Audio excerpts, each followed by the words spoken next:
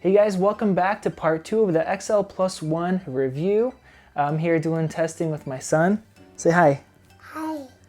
So we are gonna see how it performs and if it still has those issues that I showed in the first video. If you haven't seen that, go check that out.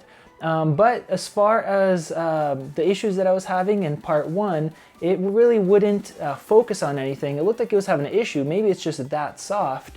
And it wouldn't focus if it's at all the way open on a fast lens. If it's all the way open on a 2.8 lens, let's say, then it would. So we are going to be testing my best lens optically that I have, which is the Sigma 18-35. We're going to test that wide open.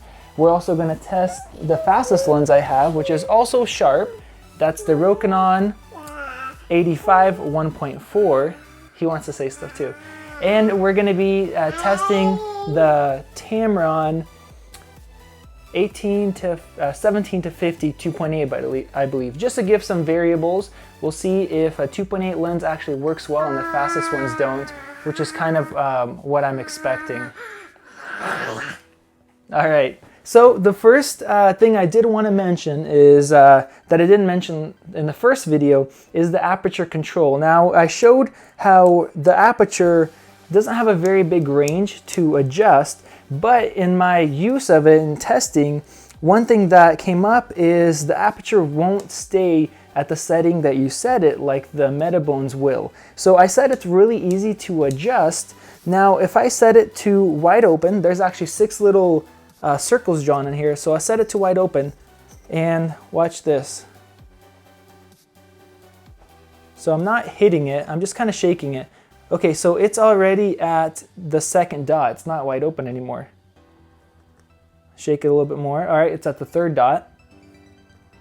So it's halfway closed by now. Okay, still at the third dot. All right, so we're pretty much at the 5th, just past the 5th dot now. You wanna shake it? Okay, we are at the 5th. And which one is that? We're at the 6th dot. So just that little bit of shaking caused it to go from wide open to completely stopped down as far as the adjustment. Now that was the lens right there affecting it. I don't know if it's different on different lenses, but I had the same experience when I had this lens connected on the body. Just moving it around a little bit, let's say you're going from one location to another, or you maybe even panning, it will not stay wide open. There's not enough tension on that little adjustment there like the Metabones does. So that's definitely a huge downside, and that's almost one reason why you wouldn't want to buy it. The Metabones, on the other hand, will stay exactly where you want it to be. And when I was doing some testing, like I said, I really wouldn't be moving it very much, and I looked, the image is darker because it moved by itself a little bit. So take a heads up on that. There's one big issue. So let's go ahead and look at the sharpness. I have a little article from a magazine set up there, so it's some fine print. And we're just gonna look at the center sharpness and the corner sharpness and kind of compare the Metabones version compared to the Photodiox version. And we'll see if the Photodiox can be sharp at all or what kind of difference we have.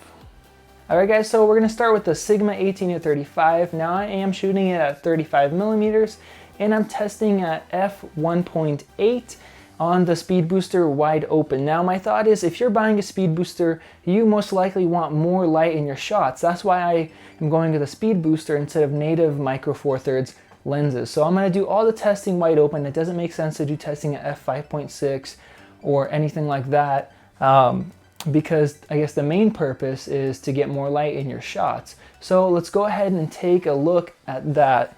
So here is the Sigma.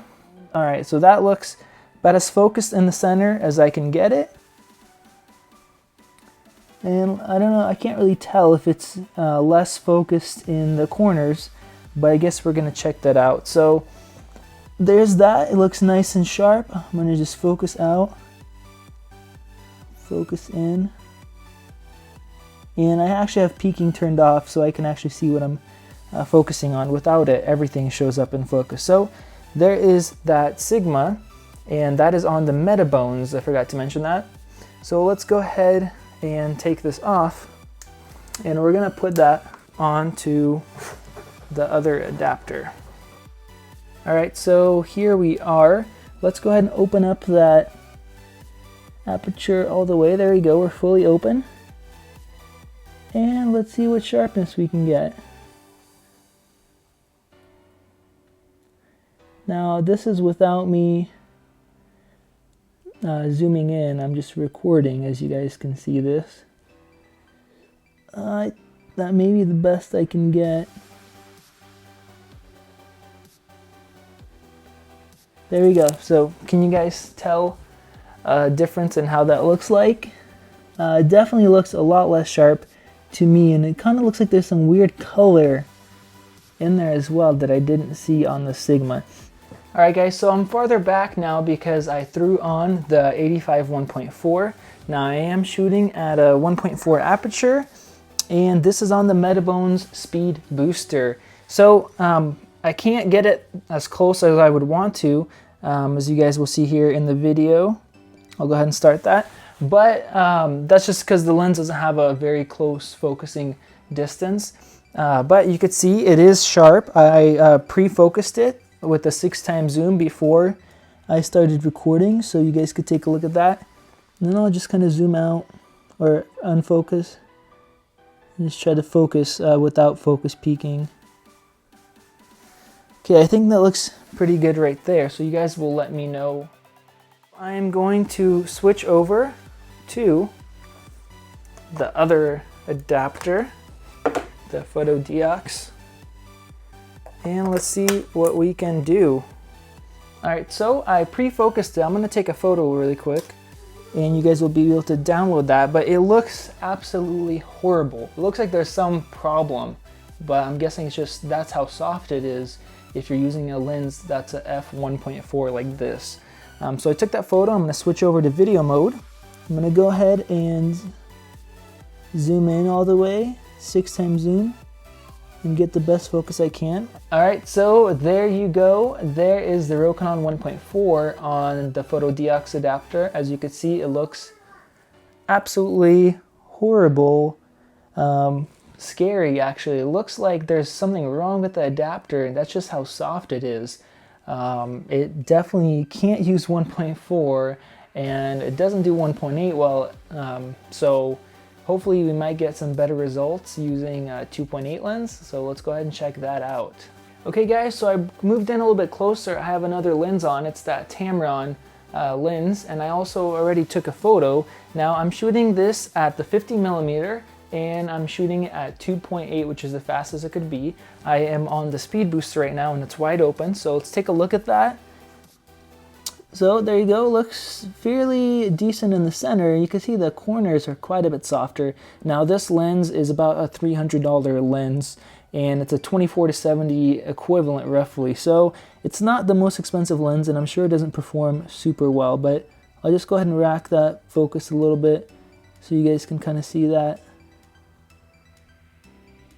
There we go. So now let's go ahead and switch over to the other adapter. We're going to check out the Photodiox Pro, which has been having some horrible issues with the f1.4. Definitely not good with the Sigma, at least what I could see on there.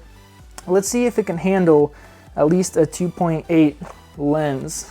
So I'll take it off the Metabones, throw it on here, set it to wide open, and let's pop this guy in here.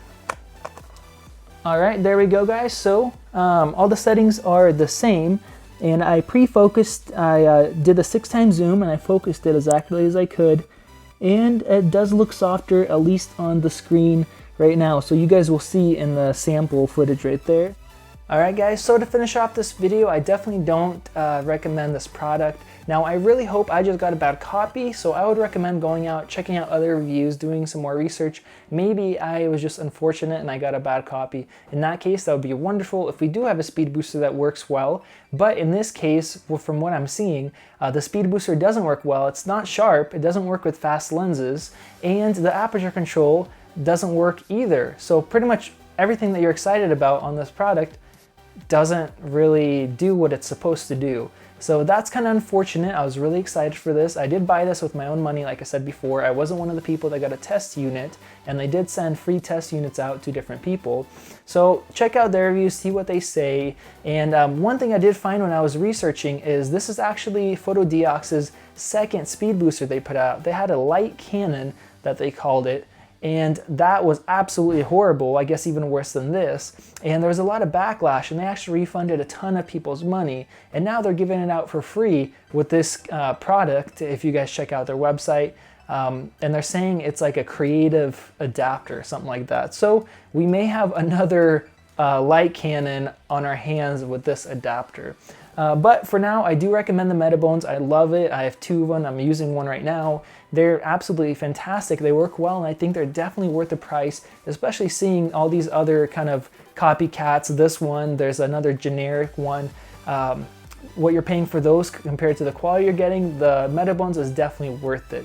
So if you guys are interested in more videos showing off different lenses on the adapter and different GH4 videos, filmmaking stuff, go ahead and subscribe to my channel if you guys haven't yet.